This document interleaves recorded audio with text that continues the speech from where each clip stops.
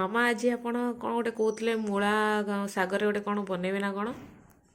ସେ ମୂଳା ପତ୍ରକୁ ନ ଫୋପାଡ଼ି ଆଚ୍ଛା ମୂଳା ପତ୍ରରେ ଗୋଟେ ନୂଆ ପ୍ରକାର ରୋଷେଇ ତିଆରି ହେବ।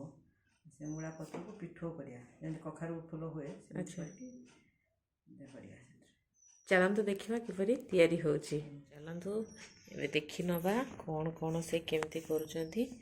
ଆଚ୍ଛା ଏଇଠି ଆପଣ କିଛି ଧୋଇକି ମୂଳା ପତ୍ରକୁ ନେଇଛନ୍ତି ନା, ତ ଆପଣ ଚାହିଁଲେ କଅଁଳିଆ ବି ମୂଳା ପତ୍ର ନେଇପାରିବେ। ତ ତ ଏବେ ଆମେ ଏଇସବୁ ଶାଗକୁ କ'ଣ କରିବା, ଧୋଇକି ରଖିଦେଇଛି, ତାର ମୂଳ କାଟିଦେବା। ଆଚ୍ଛା ଯେଉଁ ଆମର ମୂଳା ମାନେ ପତ୍ର ଥିଲା ତାକୁ ପୁରା ମୂଳରୁ ସେ ଡେମ୍ଫ ଗୁଡ଼ାକ କାଢ଼ି ନେଲେ ନା। ଏବେ ମୂଳାର ପତ୍ର ଗୁଡ଼ିକ ତ ଆମର କଟା ହେଇଯାଇଛି। ଆପଣ ଆପଣଙ୍କର ଯେତିକି ଦରକାର ସେଇ ହିସାବରେ ପରିମାଣ ହିସାବରେ ନେବେ। ତ ଏବେ ତା ପାଇଁ କ'ଣ କରିବା, ଏବେ ଆମେ କିଛି ମସଲା ସଜାଡ଼ିବା। ଆଚ୍ଛା ତା ପାଇଁ ଆମର ମସଲା ସଜଡ଼ା ହେବ।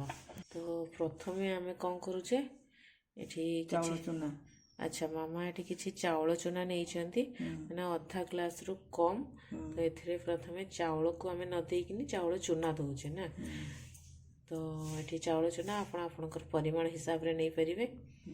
ତ ଏବେ ଆମର ଚାଉଳ ଚୁନା ପଡ଼ିଯାଇଛି। ତ ଏ ପିଠଉ ପାଇଁ ଆମେ କ'ଣ କରିବା ନା, ଚାଉଳ ଚୁନା ଯେତେ ପଡ଼ିଲା, ଏବେ ଚାଉଳ ଚୁନା ପରେ ଆମେ କ'ଣ ପକାଇବା, ଜିରା। ଅଧା ଚାମଚରୁ କମ୍ ଜିରା ପକାଇଲେ। ରାଗ ପାଇଁ କଞ୍ଚା ଲଙ୍କା ଗୋଟେ ପକାଇଲେ। ଆଚ୍ଛା ଆପଣ ଆପଣଙ୍କର ଯେତିକି ରାଗ ପସନ୍ଦ ସେଇ ହିସାବରେ ନେବେ। ତ ତାପରେ ଏଥିରେ ଅଳ୍ପ ଟିକେ ହଳଦୀ ଗୁଣ୍ଡକୁ ସେ ପକାଉଛନ୍ତି। ତ ହଳଦୀ ପଡ଼ିଲା ପରେ ଏବେ ସେଥିରେ ସ୍ୱାଦ ଅନୁସାରେ ଲୁଣକୁ ମାମା ପକାଇ ଦେଉଛନ୍ତି। ତ ଲାଷ୍ଟରେ ଟିକେ ନଡ଼ିଆ କୋରା। ଆଚ୍ଛା ନଡ଼ିଆ କୋରା ଟିକେ ପକାଉଛି ଟିକେ। ଆଚ୍ଛା ତାର ଟେଷ୍ଟଟା ଭଲ ଆସିବ। ଆଚ୍ଛା ଯେହେତୁ ମୂଳା ଶାଗଟା ଟିକେ ପିତା ଲାଗେ, ତ ନଡ଼ିଆ ଦେବା ଦ୍ୱାରା ତାର ଟେଷ୍ଟଟା ବହୁତ ଭଲ ଆସିବ। ତ ଅଳ୍ପ କିଛି ନଡ଼ିଆ କୋରାକୁ ସେ ଏଥିରେ ପକାଇଦେଲେ। ଏକୁ ଆମେ କ'ଣ କରିବା ନା, ଗ୍ରାଇଣ୍ଡ କରିଦେବା। ପାଣି ଦିଆହେବନି? ହଁ, ପାଣି ଟିକେ ଦେବା। ତ ଏବେ ଆମେ ଏଥିରେ ଅଳ୍ପ ଟିକେ ପାଣି ଦେଇ ଦେଉଛନ୍ତି ମାମା। ତ ଯେହେତୁ ଏଇଟା ଗ୍ରାଇଣ୍ଡିଙ୍ଗ ହେବ, ତ ଏବେ ପାଣି ଦେଇ ଦେଇଛନ୍ତି। ତ ଏବେ ୟାକୁ ଭଲ ଭାବରେ ଗ୍ରାଇଣ୍ଡ କରିଦେବା। ଦେଖନ୍ତୁ ପୁରା ବଢ଼ିଆ ଭାବରେ ଆମର ପୁରା ଗ୍ରାଇଣ୍ଡ ହେଇକି ଆସିଛି। ତ ଏବେ ଚାଲନ୍ତୁ ଏ ଯେଉଁ ଗ୍ରାଇଣ୍ଡ ହେଇକି ଅଛି, ଏବେ ଏଇ ଜାଗାକୁ ଆମେ କାଢ଼ି ନେବା। ତ ଏବେ ଯେଉଁ ଗ୍ରାଇଣ୍ଡ ହେଇଥିଲା ଏବେ ଏଥିରେ ଓଜାଡ଼ି ଦେବା।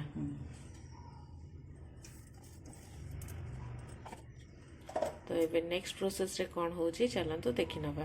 ଏବେ ମାମା କ'ଣ କରିଛନ୍ତି ନା, ଏପଟରେ ତାୱାକୁ ବସେଇ ଗରମ କରିଦେଇଛନ୍ତି। ତ ଏବେ ଗରମ ହେଇଗଲାଣି ତାୱା। ତ ଏଥିରେ ଆମେ କିଛି ରିଫାଇନ୍ ତେଲକୁ ଦେଇଦେବା। ଆପଣ ଚାହିଁଲେ ଏଥିରେ ସୋରିଷ ତେଲ ମଧ୍ୟ ବ୍ୟବହାର କରିପାରିବେ। ସେପଟେ ଆମର ତାୱା ତ ଗରମ ହେଇଗଲାଣି। ଏବେ ଗୋଟେ ମୂଳା ପତ୍ରକୁ ସେ ନେଇଛନ୍ତି, ଆଉ ସେ ଯେଉଁ ପିଠଉ ଦେହରେ ପୁରା ଭଲ ଭାବରେ ସେ ମାମା କ'ଣ କରିଛନ୍ତି ନା ଲଗାଇ ଦେଉଛନ୍ତି। ପିଠଉଟାକୁ ଆପଣ ଯେତେ ମୋଟା ରଖିବେ ସେତେ ଟିକେ ଭଲ, କାହିଁକିନା ପତ୍ରରେ ନହେଲେ ଲାଗିବନି ନା। ତ ଏବେ ସେ କ'ଣ କରୁଛନ୍ତି ନା, ପିଠଉଟାକୁ ଏ ତେଲରେ ପକାଇକି ଏବେ ଆମର ଏଇଟାକୁ ଭଲ ଭାବରେ ପିଠା ତିଆରି ହେବ। ତ ବେଶୀ ୟାକୁ ପତଳା କଲେ ସେ ଯେହେତୁ ପତ୍ରରେ ଲାଗିବନି ନା, ତ ସେଥିପାଇଁ ୟାକୁ ଟିକେ ସେଥିପାଇଁ ଅଳ୍ପ ଟିକେ ପାଣି ଦେଇକିନି ଚାଉଳ ଗୁଣ୍ଡରେ ଆମେ ଏଥିରେ ବନେଇଛନ୍ତି ମାମା। ଆଉ ଆପଣ ଚାହିଁଲେ ସାଙ୍ଗେ ସାଙ୍ଗେ ଚାଉଳକୁ ବତୁରେଇକି ମଧ୍ୟ ଆକୁ ଗ୍ରାଇଣ୍ଡ କରିକି ନେଇପାରିବେ। ଯେହେତୁ ଆମର ସମୟ ନଥିଲା, ତ ମାମା କ'ଣ କରିଛନ୍ତି ନା, ଚାଉଳ ଚୁନାକୁ ଇନଷ୍ଟାଣ୍ଟ ଏଇଟା ବନେଇବା ପାଇଁ ତ ଚାଉଳ ଗୁଣ୍ଡକୁ ଥିଲା, ତ ଚାଉଳ ଗୁଣ୍ଡ ସେ ନେଇକି ପିଠଉ ବନାଉଛନ୍ତି। ତ ଏବେ ଆମର ଗୋଟେ ସାଇଡ଼୍ ହେଇଗଲାଣି। ତ ଏବେ ୟାକୁ ଆମେ ପୁରା ଓଲଟେଇ ଦେବା।